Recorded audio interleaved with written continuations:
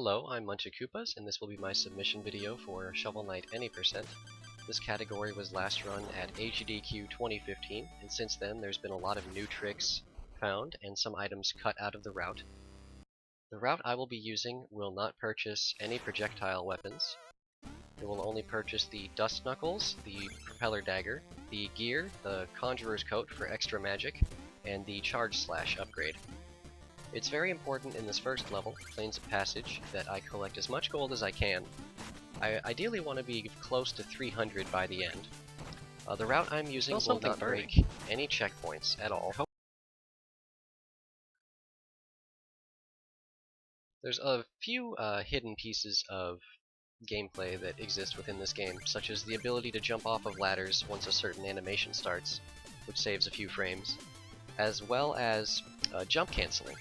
And what that is when you attack on the ground, you normally have an animation that kind of prevents you from moving or doing anything. However, you can cancel this animation with a jump. So by using precise timing, you can attack, jump, and then attack in the air, which will double your damage output. And you can also use this to conserve your momentum going forward, should you want to dig anything up as you proceed. And we'll see that in this room in just a moment, right here.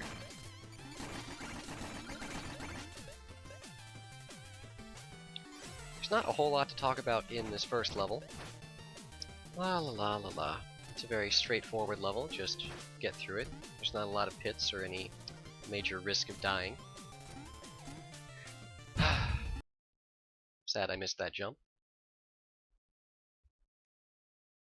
Okay. Got a new run bow. Anyhow. I'm gonna jump early here so that I break this block as soon as possible. But I'm still happy with it. Almost got a PB in this last run. Apologies for muting the video occasionally, but I didn't want anyone to be confused when the recording had my voice in it. This is just my PB video. Coming up to the first boss, Black Knight, V-I-D-Y-A, Vidya, and by using precise jump timing with your attacks, you can stun lock him.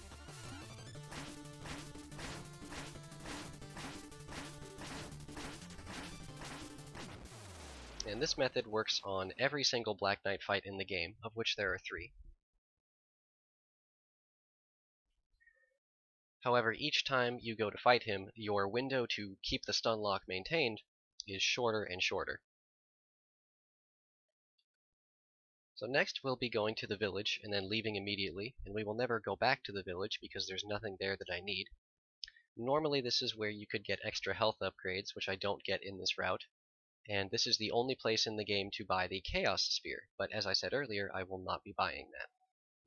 This route is technically what we think is the fastest. The 3 main routes for any % now are you either purchase Chaos Sphere, you get Flare Wand, or you get neither of those. In this room, I'd want to make sure that I play well to get ahead of that lava, because it is on a local cycle. I missed a trick at the start of that room, but instead got the damage boost back up. The rats will move to a few select locations, but it's random which one they choose.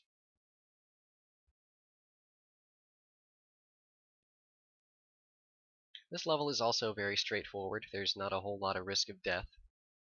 Not too much to talk about here. I guess what I can mention now is that obviously this game takes a lot of inspiration from Mega Man, Castlevania, as well as Zelda 2.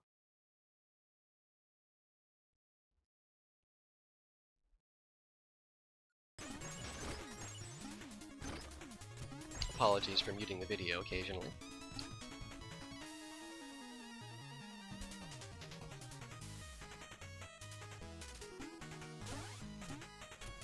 Ah! The minor time loss. Here's the first damage boost. There's a bit of damage boosting in this run, but we won't see a lot until later on.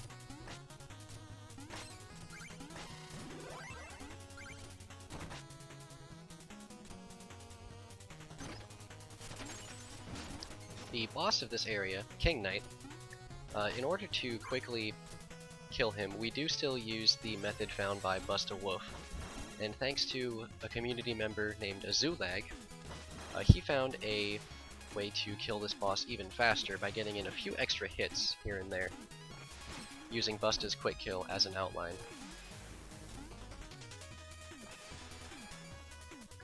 Bum-ba-dum.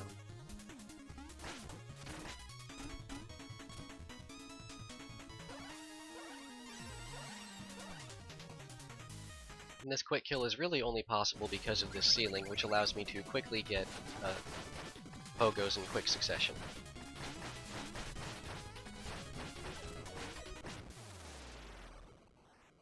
We should petition for them to... Anyhow, the next level we'll be going to is the Lich Yard. And this level is usually the first big challenge for anyone that plays this game, casually or speedrun-wise.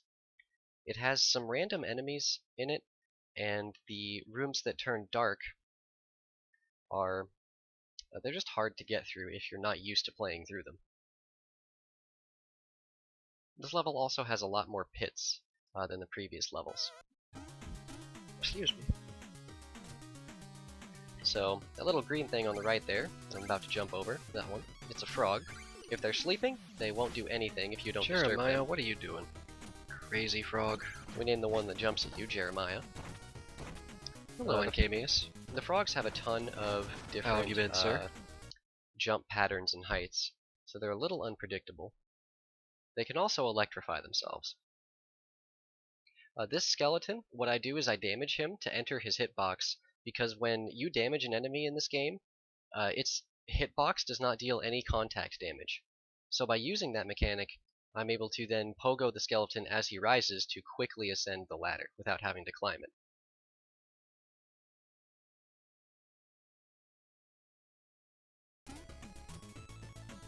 These platforms will lower as long as there's 2 of something on them. It can be an enemy and Shovel Knight, 2 enemies. Yay! Ah! Ah! What? Who? I forgot to hold right there. I thought it would be funny, so I didn't unmute it. Anyhow, this next room, what I need to do is... Let's keep going, shall we?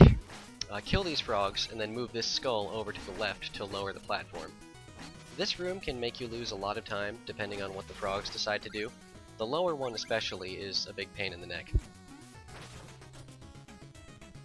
So I'm about to break this checkpoint. In a marathon I don't have to, but there's very little risk of me dying between that checkpoint and the next one, which is only 3 screens away.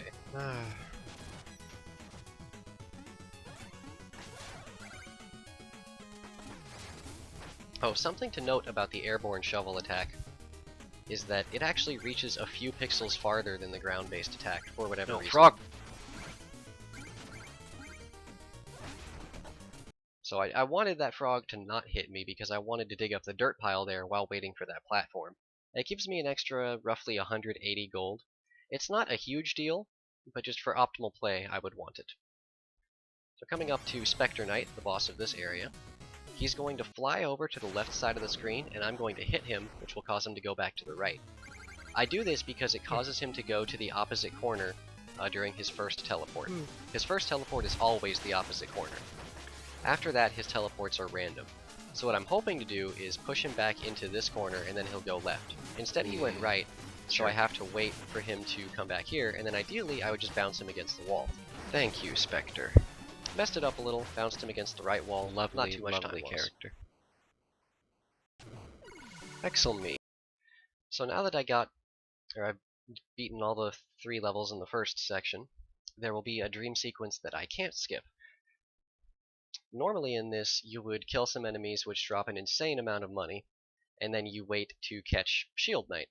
However, if you just try to die as quickly as possible, you can save a little bit of time over waiting for Shield Knight, and if you die in such a way that Shield Knight will fall on your body, you will still catch her and save a couple seconds over not catching her. Because the lower she gets on the screen, the slower she falls.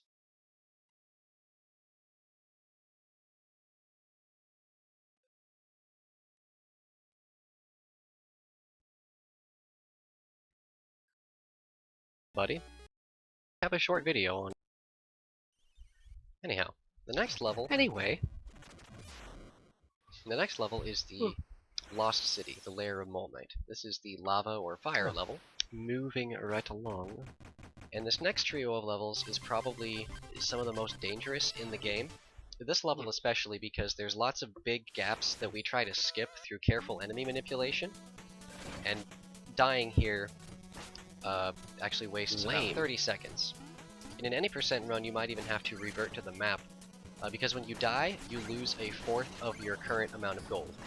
And then you can recover that by just grabbing it with your sprite or your shovel. However, if I die in this spot, most likely the gold will be too low for me to pick it up. And the first checkpoint isn't until 2 rooms after this one. So I did this trick at SGDQ 2015.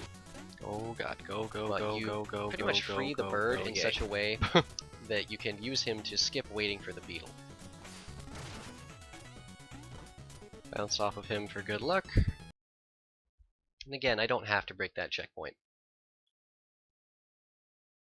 So, coming up, I'm going to use the trick of entering enemy hitboxes while damaging them on that bird, so that I don't have to stop at all during this level.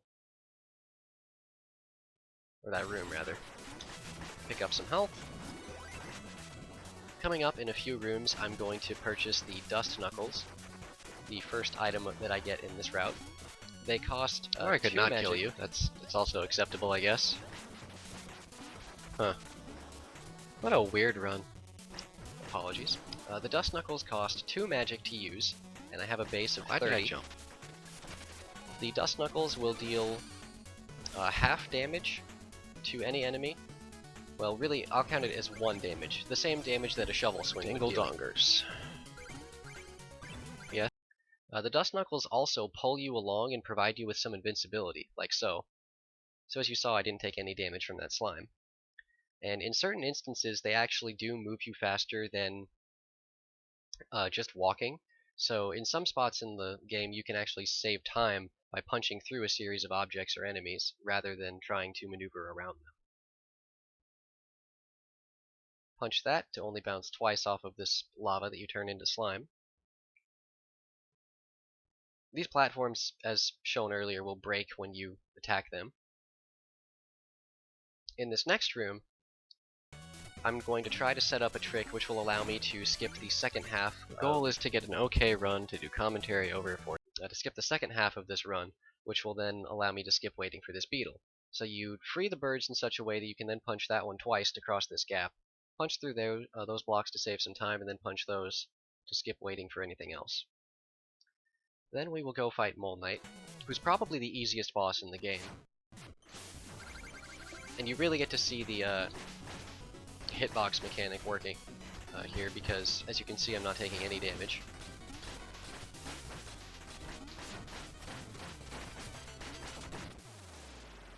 Decent kill. Now the moles will not go hungry. The next level I'll be going to is the Explodatorium. It's probably the hardest level in the game, and it's entirely based around global cycles. Well, certain parts of it are. And so what this means is that as soon as I enter the level, things in other parts of the level start moving. And this includes the opening text in each level. It does not start when you gain control of Shovel Knight. So it's very important that you either play perfectly in the first few rooms, or you adjust yourself so that you'll meet cycles at the appropriate time.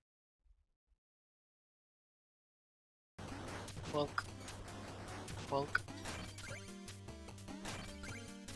Ideally, what I want to happen here is I punch those top sets of blocks, but I punched a little too soon, so I was too low. But by punching all these dirt blocks that you see that I ran over, I can get to the end of the room in such a way to where I don't have to wait for another platform to spawn from the top of the screen, this last one. I would have been able to use the previous platform to cross that.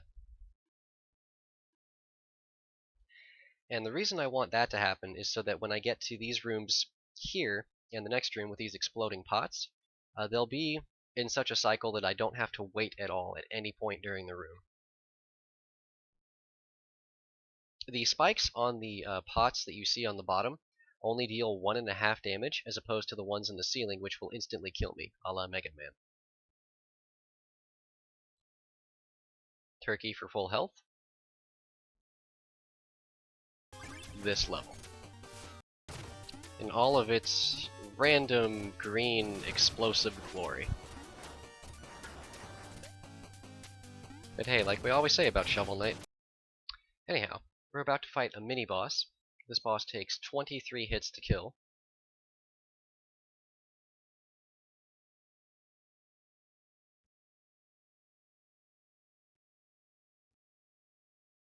I miscounted when I was attacking him. This room, I try to jump on these fire platforms in such a way that I don't have to wait throughout the rest of the room. These fire platforms, I believe, are also on either a global or a local cycle, so it's very important to meet them. Here, I lure this fairy enemy to allow me to bounce on him to grab that ladder off screen, which saves a bit of time. In the next room, you can actually lure this slime knight to come with you to the right side of the screen, and then you bounce on him at the screen transition, which normally would get me just enough height to punch this top block. Instead, I had to do this backup strat. But that's another advent of the Dust Knuckles, is that because they pull you toward objects, they can actually help you get enough height to make it up to that ledge. By just bouncing off the knight, you actually don't gain enough height. Here, in a PB attempt, 1.5 health is fine with me when I go in to fight Plague Knight because I'm confident in my abilities. I probably should have grabbed that, but I don't care right now. In a marathon setting, I would grab health if I were this low. Plague Knight is a little bit random. However, by jumping with him as he moves around the room, you can kind of kill him a lot faster than normally intended. So now I just have to clutch this out and not die, since I am at 1 hit remaining. And I did it.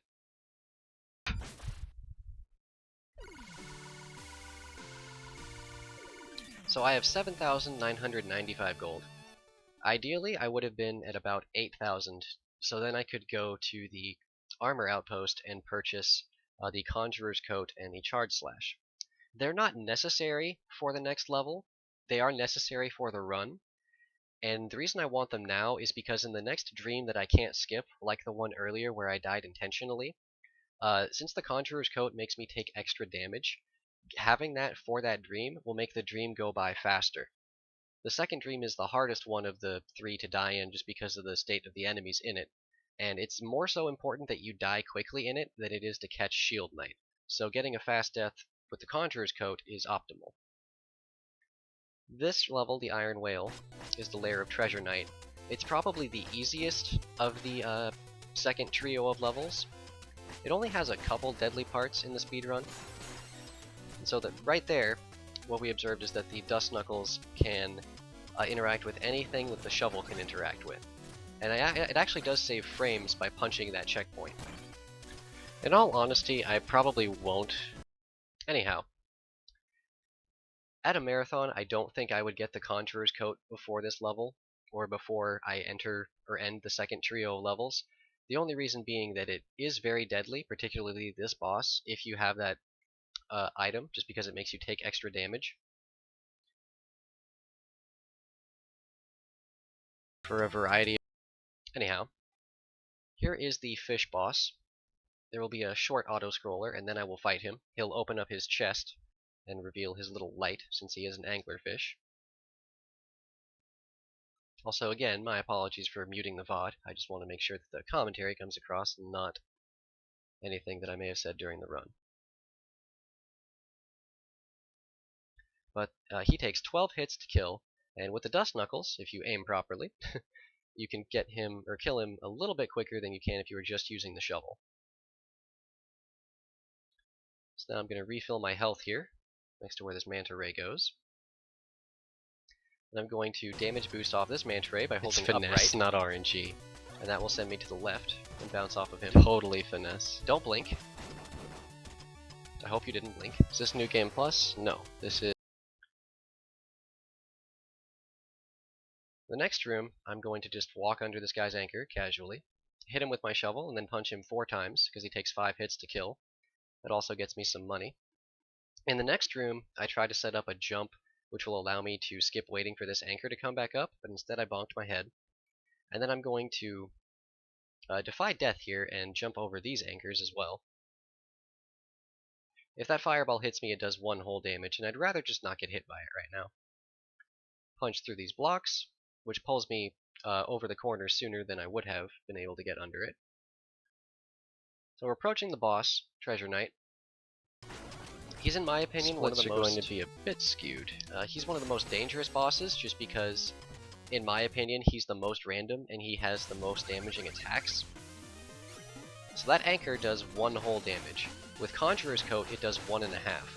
And if I had Conjurer's Coat here, I would have 3 health total. So I'd be able to die in 2 hits, which is why it's so deadly. So part of the randomness is, we never know when Treasure Knight is going to go up to the ceiling. He actually gave me a decent pattern there by doing that so quickly. Yo, it's Zach SK. You might be wondering why I didn't kill him at the ceiling. The reason being is that if you kill him up there, he slowly floats back down to the ground, and the level will not end until he is on the ground. So I want to wait for him to get back to the floor before I kill him.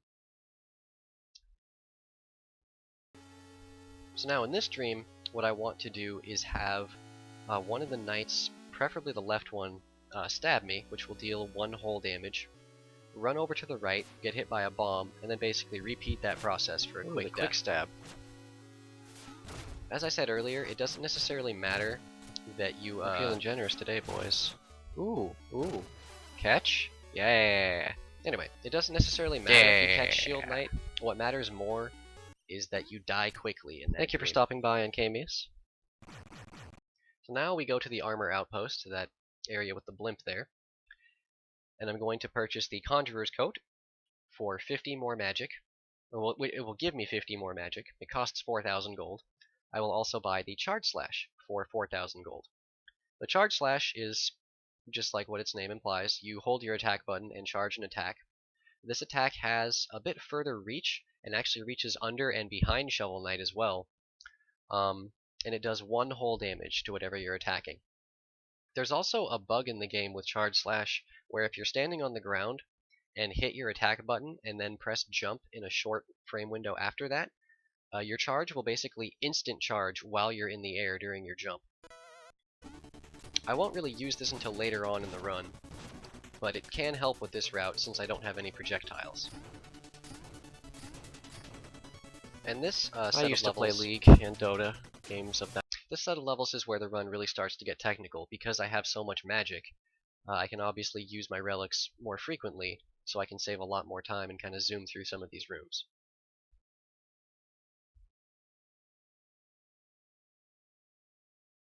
In this room, if you punch these blocks like I do, this knight enemy will always do that attack sequence and waste no time.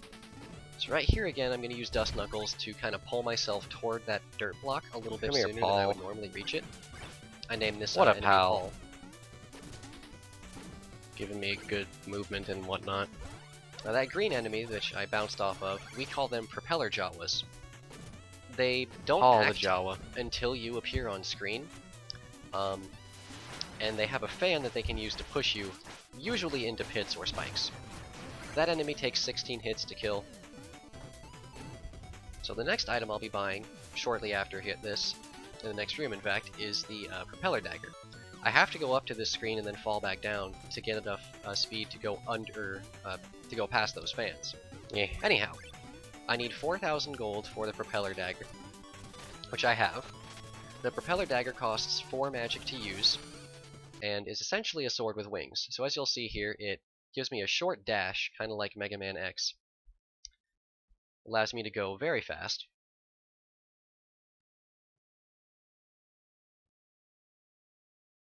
It's very important for the speed run because it helps with a lot of platforming, and it also helps with rooms like this.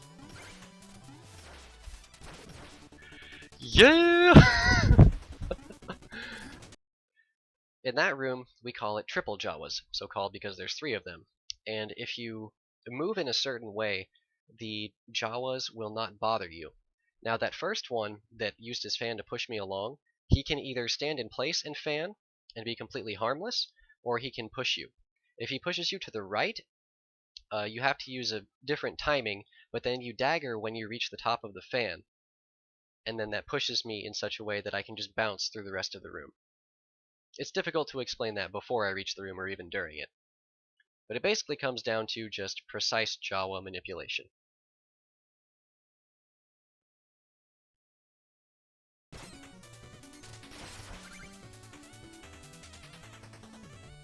Oh.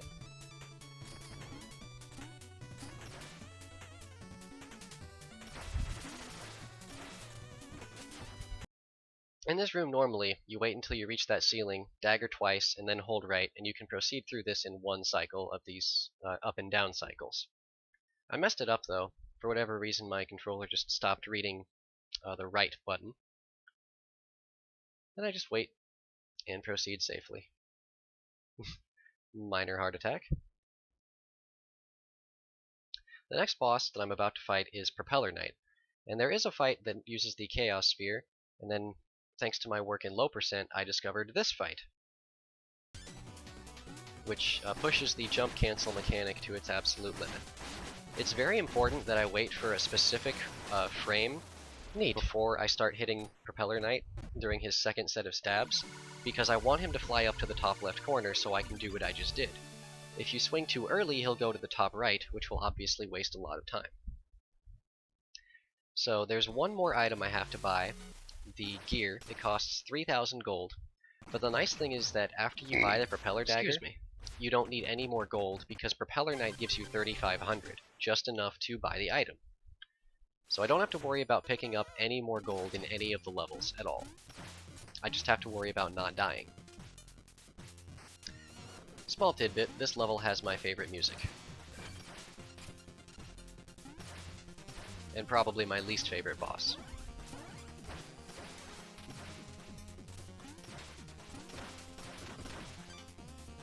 So you can already see the dagger is saving me a bit of time over just walking through most of these areas. Oh, something else to note about having the Conjurer's Coat. And first I'll interject, I will grab that checkpoint in a marathon. Anyway, about the Conjurer's Coat, one of its other effects is that when you kill enemies with it equipped, the enemies have a chance to drop a magic jar, and the small magic jars are worth 5 magic. These big ones, like that one, are worth 30. Also, whenever you buy an item, you get 20 magic back. So I get knocked into that 30, and then purchasing the gear gives me 20, so I'm at full 80 again. And then I want to pick up this other magic jar. Lame sauce, but I need that magic. Now the reasons the gear is important, it's mainly for this level and the boss of this level specifically, but the gear is basically a mobile platform, and it obviously gives you immunity to spikes if you're on it, so it saves a lot of time in this room. The gear will also deal 1 whole damage to any enemy that it comes in contact with, including bosses, and so I'll utilize that in Boss Rush later to get a faster kill on Mole Knight than I could previously. I will also grab this checkpoint in a marathon setting. I'm going to bounce off these and then use my Dust Knuckles to punch through these guys. Now since the Dust Knuckles also give me invincibility, I can't take damage from any of their projectiles.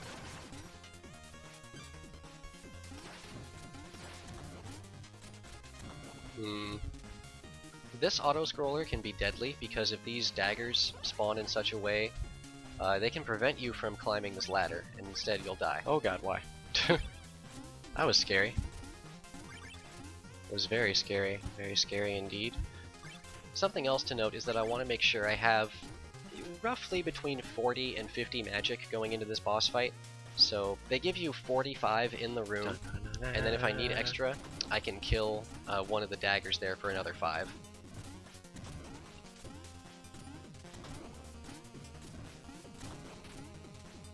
There's actually a bug that exists in this level. We don't know how to trigger it, but this switch I'm about to hit, you need to hit 3 times in order to lower these stairs. Sometimes you can hit it once and they'll lower instantly. Now I'm going to use the gear, and this is a bit of an Easter egg in the game, but it kills the first phase of this boss instantly. And it's going to be important for the second phase, just to get in some extra damage. What I'm going to do is jump up and use the Dust Knuckles to punch him instead of pogoing him.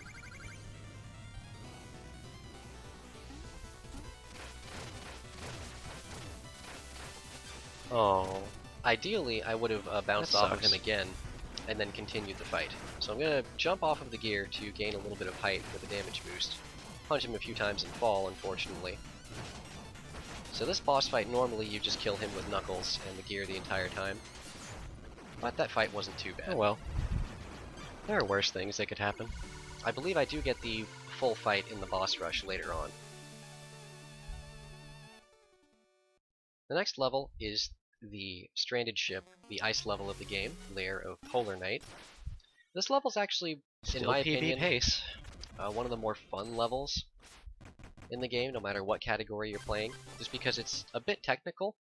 This Like level, actual PB, not fake PB. this level in any percent is actually incredibly fast thanks to the dagger, and if you compare a run of this level with these items compared to one with just the shovel, the route with items actually saves about 1.5 minutes overall, I believe. Maybe closer to a minute, but regardless, this level's fast. This next trick where I jump off the gear to grab this ladder, this only works on PC if you have vertical sync enabled. We also, other small Thank you for the luck, Smoggy. we I require hope I make you proud. we require VSync be on for PC speedruns of this game, but I won't get into that now.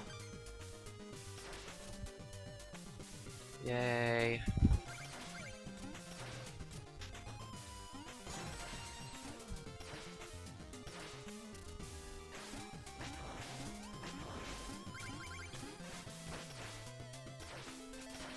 This next room I'm actually going to stop holding right, but just dagger twice to get to the end here.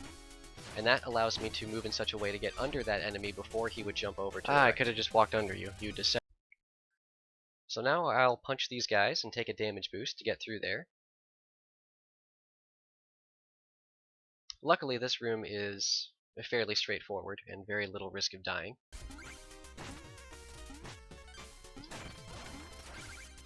Here I watch the hammers rather than watching Shovel Knight. Go. Just to make sure I get through it properly. And wait. And go. And wait. And go. And wait.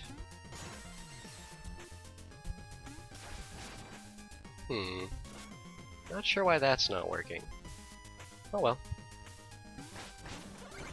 In a couple rooms there is a faster strat that I won't go for, just because I had not practiced it at this point. But instead I'll be riding Still scared the gear. of the new strats, so not gonna do it. I'm gonna be riding the gear through this room. Long hair, don't care. Whack. And then I will pick up the health. Optimally, you wouldn't pick up this health here, you would just fight the boss with 2 health and risk dying. But this isn't world record, this is just personal best. And in a marathon, I would not go with only 2 health. Unfortunate.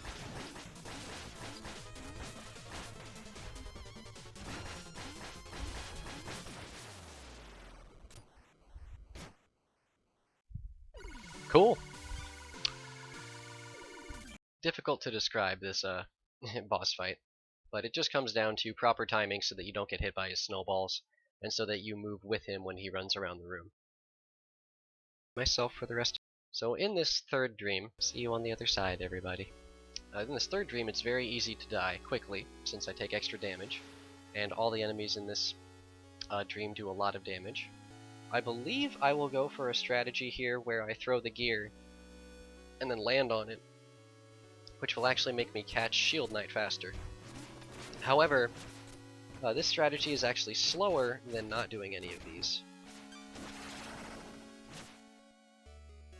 But it looks cool. So coming up to the final trio of levels, these levels are all part of one larger area called the Tower of Fate, and they all contain enemies and elements from all the previous levels, so it really tests your knowledge of everything you've done up to this point in the game.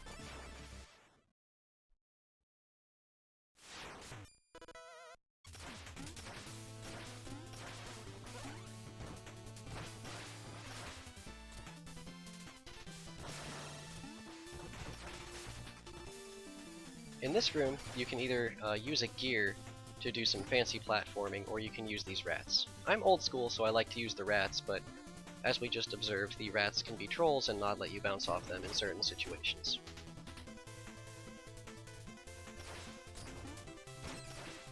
In this room, I also don't hold right or jump off the ladder. I just dagger twice.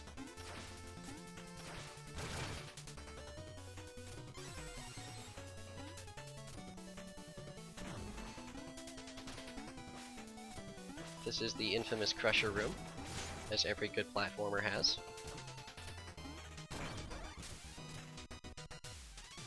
So by using the dagger here, I can skip a couple cycles of this.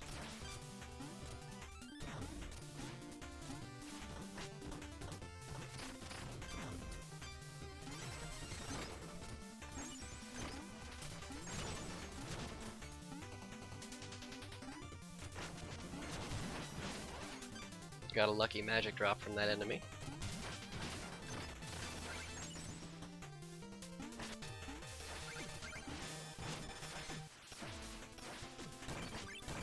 Not too much more to say. I'll just let the gameplay speak for itself.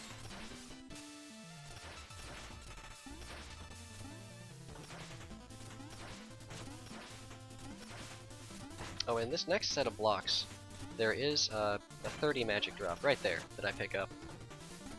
I want that one obviously so I can spam more daggers and save more time. In this room, I start daggering from a specific position here, and then here.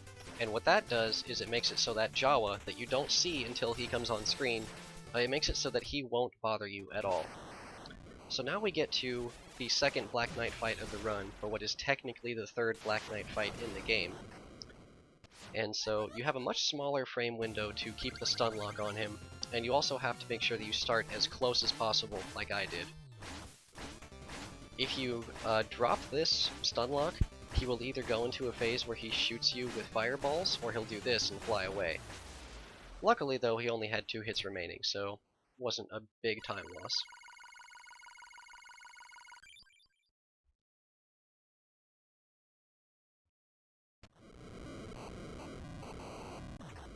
The next level is a bit easier than this one, throughout most of it I think.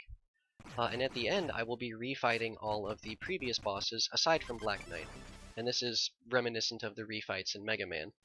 The difference here is that rather than going to separate rooms to fight the bosses, you fight them all in one room, but you get health and magic in between each boss.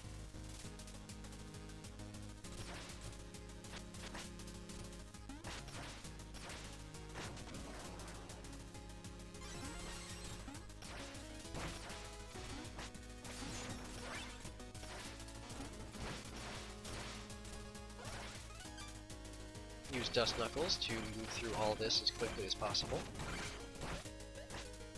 That's one of the only instances in this game where you can actually delay a pogo to go through an enemy.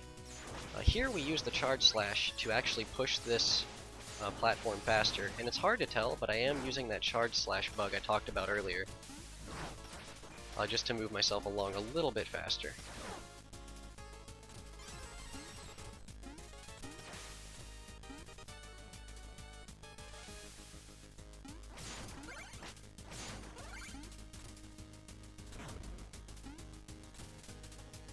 Now we have one final auto-scroller.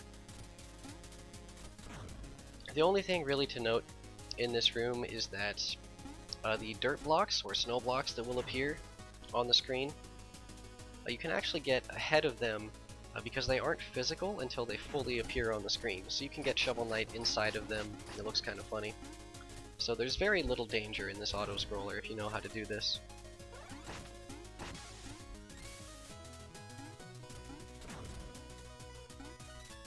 Oops.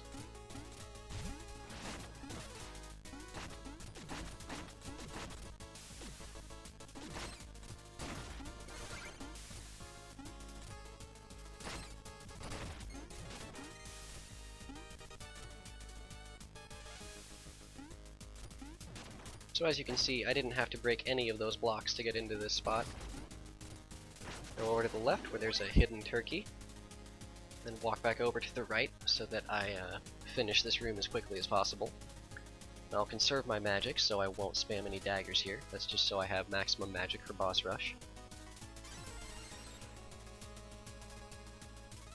Now the bosses appear in a random order, however Polar Knight will always be within the first 3 because of his spikes. Getting Tinker Knight out of the way first is actually somewhat ideal because he requires the most magic to kill.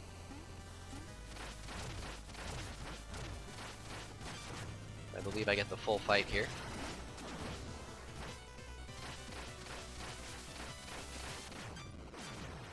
Then dagger back to the center of the stage. I want to be towards the center of the stage mostly just for consistency's sake, because I'm used to starting boss fights on the left. So Treasure Knight here is, as I said earlier, very dangerous boss. As you see, I went from 3 health to 1.5 within 1 attack. Saved it here by going above that attack, which would have killed me.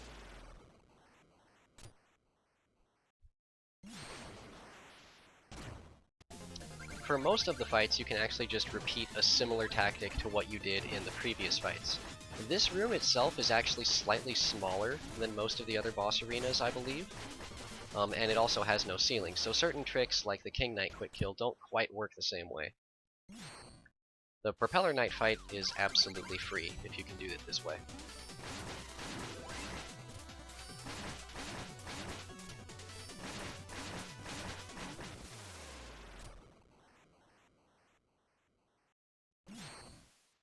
Spectre Knight is a little easier here because you can bounce him off the wall faster. And then you of course have Charge Slash to help out a bit.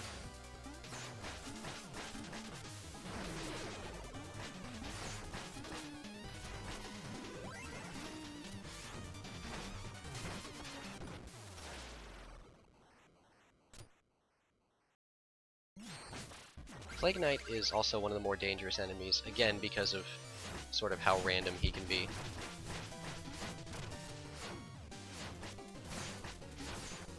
He also just has a ton of different projectiles that can just cause you a lot of pain because, as I said earlier, I'm taking extra damage thanks to the Conjurer's Coat. I got lucky on that last teleport though, and he went directly under me.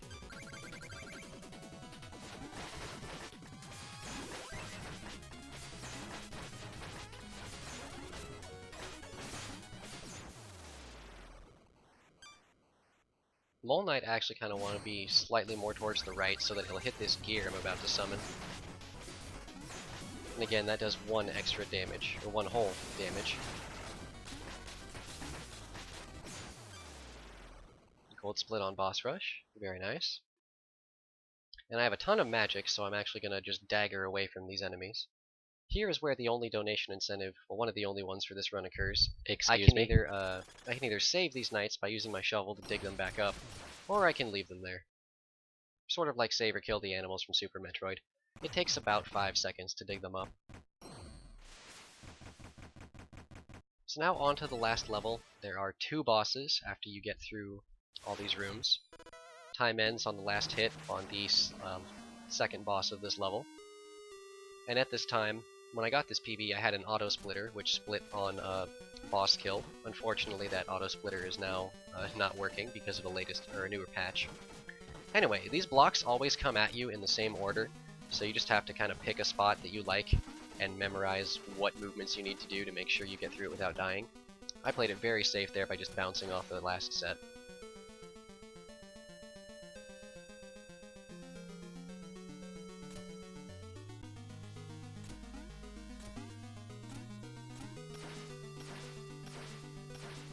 Ride the gear for a little bit here since it's faster than walking, and then I'll switch to spamming the dagger a bit because it's faster than riding the gear. As you'll see, well, anyway. I'm going to use a newer version of the Enchantress kill found by Azulag here. Preemptive gear. Ideally, she would die to that second propeller dagger, however, you have to release the Charge Slash that you use on your way up at a certain time in order to hit her with both of those. Otherwise, she starts doing those dives. Not a huge time loss though, because then you can just hopefully kill her during one of those dives. The Orb route and the Flare route have a slightly faster Enchantress 1 kill. So then I throw out this gear to jump and get Shield Knight a little bit sooner than normal.